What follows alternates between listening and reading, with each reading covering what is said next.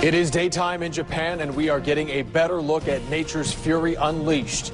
We are seeing new dramatic video of the deadly tsunami spawned by one of the most powerful earthquakes in more than 100 years. Good evening, I'm Jamison Euler. Wendy Ryan has the night off. Search and rescue teams are busy across northeast Japan at this hour in a desperate attempt to find survivors. But as Saturday morning broke in Japan, this was the terrifying reality many woke up to. Towns just wiped off the map by waves that moved as fast as a jet plane across the Pacific. Heading for higher ground for many meant heading for the rooftops. That is where hundreds of people are stranded tonight waiting for help. Rescue choppers are trying to get to as many as they can. One of the biggest concerns tonight are two malfunctioning nuclear power plants. There are growing fears that radiation could leak out of those facilities. The death toll is feared to be near 1,000, with hundreds still missing.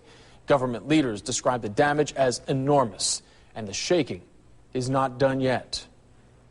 Fresh pictures from the tsunami zone as the sun rises in Japan reveal massive plumes of smoke from fires that are burning out of control. Entire neighborhoods washed away, and survivors have gathered on the roofs. In one parking lot, a giant SOS.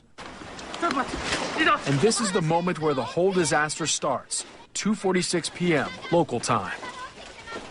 Debris rains down as people rush out into the streets, stunned.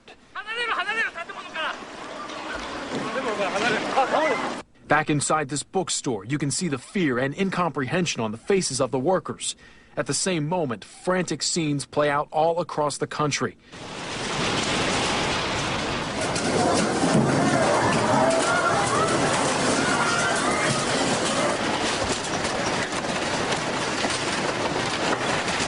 As the very thing we most rely on, the ground beneath our feet, gave way.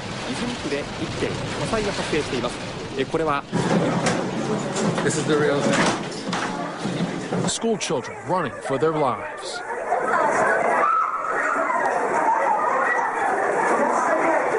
News anchors wearing helmets on air and televisions in this office rattling uncontrollably. And then, round two, as the tsunami sirens wail. A foamy, furious wave comes roaring at 500 miles an hour with others lined up right behind it. The walls of water crash ashore with astonishing power, marauding across flat Japanese countryside, swallowing everything in its way. It builds into a toxic, treacherous soup of cars, boats, and houses, some of them on fire.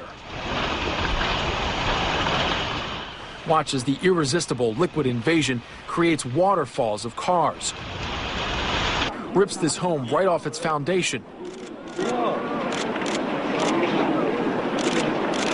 As of right now, the official toll of death and missing stands at 1,000, and it will likely go up. However, one ferry carrying 100 people is still missing, as is an entire passenger train carrying an unknown number of people. Absolutely amazing. And as we mentioned, the next risk is two nuclear power plants in Japan. Japanese officials have declared the country's first ever state of nuclear emergency. Reports say the cooling system has failed at 5 reactors. The situation described as touch and go. Authorities have now evacuated a 6-mile radius around one of those plants. Closer here to home, there are parents here in the Bay Area still waiting to hear from their children studying abroad in Japan. Our Rebecca Medina spoke with a local doctor who is still waiting to communicate with her son. She joins us now with that story. Rebecca? Jamison, it's still difficult to communicate with anyone in Japan. Sylvia Campbell still hasn't spoken to her son, but she did get some good news today. Can't get in touch with him, so it's just been a really long day. She hasn't eaten. She hasn't slept.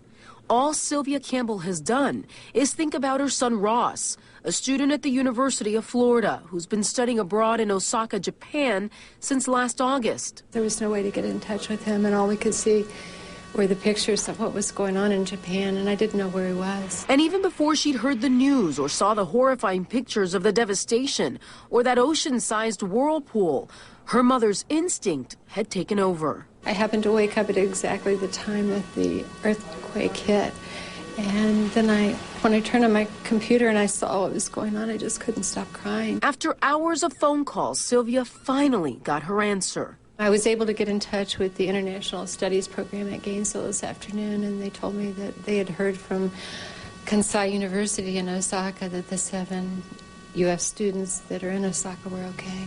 She hasn't been able to talk with Ross yet, but she knows he's alive, and she knows she'll see her son again. That, she says, is an answer to a mother's prayers. I just was praying and asking all my friends to pray that God's angels would wrap their wings around him and keep him safe. And Sylvia emailed me just a little while ago, and she said, God's angels are with my son. This I am sure of.